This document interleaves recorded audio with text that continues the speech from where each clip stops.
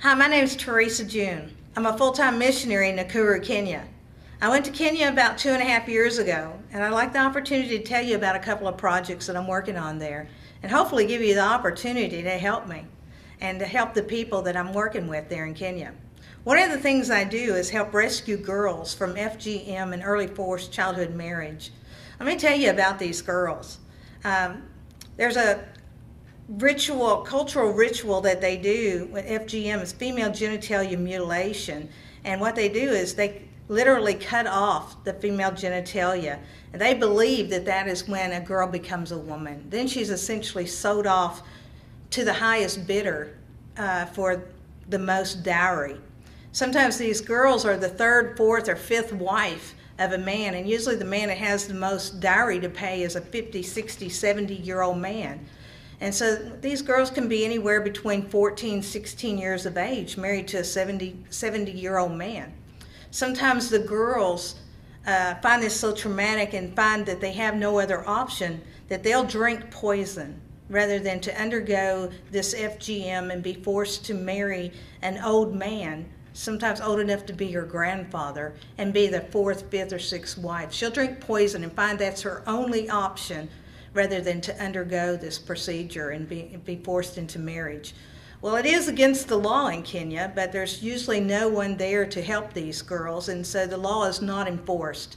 Well, that's where I come in with the help of this pastor and his wife that have Cana Girls Rescue Home. And I see these girls, we don't go get them, they hear about us and they come to us. And we do have the law backing us.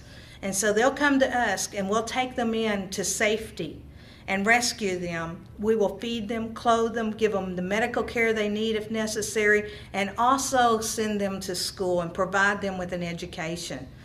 And so hopefully one of the things in the future that we're able to do is raise enough funds to build a vocational school, to send these women with a trade back into their communities to become productive citizens of their own communities and be able to help those parents that just saw them as a resource and a commodity by selling them off.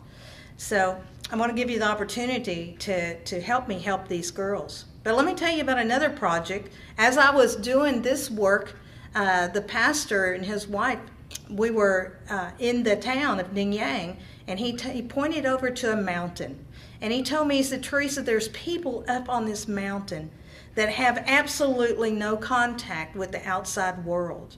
He says there's people on that mountain that know nothing of God. And he said they have no schooling, there's no churches, there's no missionaries, there's no one that goes to these people. They are of the same tribe as the pastor and his wife, the Pokot tribe. But on this particular mountain, they have no contact with the outside world. Well, I told him I wanted to go and bring them the Word of God. And so I arranged a team that spoke their language. Of course, they're the same tribe. And we went up there, and it was just as he said. These people knew nothing of God except that God exists. And they told me a fascinating story when I was up there. They knew there was a God, and they even said there was a valley and another little mountain, and they used to see a figure dressed in white sheep, and they believed that was God. And I don't know, but he said that they don't see this person or this figure anymore on that mountain, and neither do they see the sheep, because this tribe is a very warring tribe.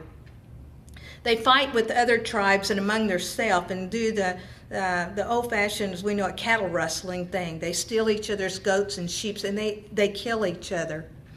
And so because of this practice, they believe that God has left them. And so that tells me a couple of things, that they're born with the knowledge of God, and they're also born with the knowledge of sin. And they think that because of their sin that God has left.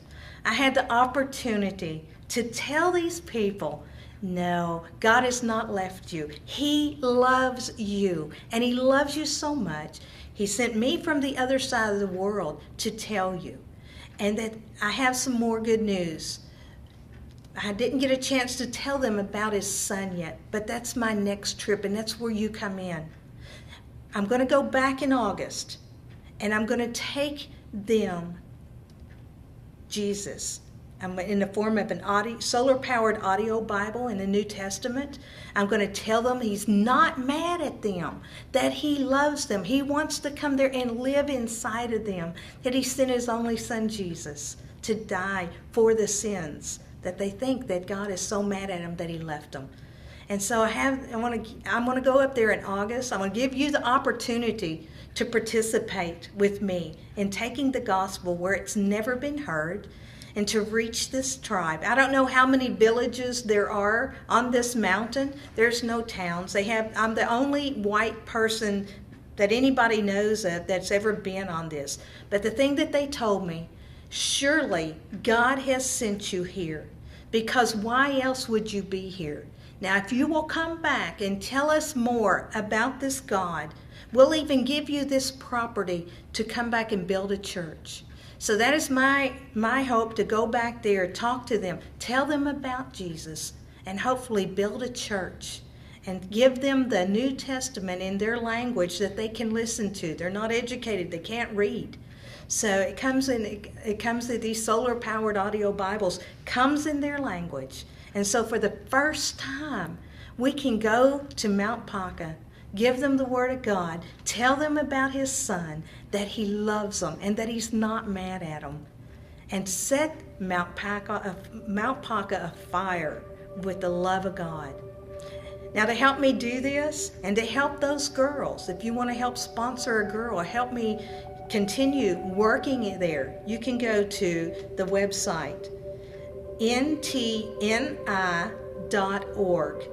and click on donations, and then I am missionary number 176. Now, God bless you. I hope you pray about this and want to help spread the gospel where it's never been heard. God bless you. Thank you so much.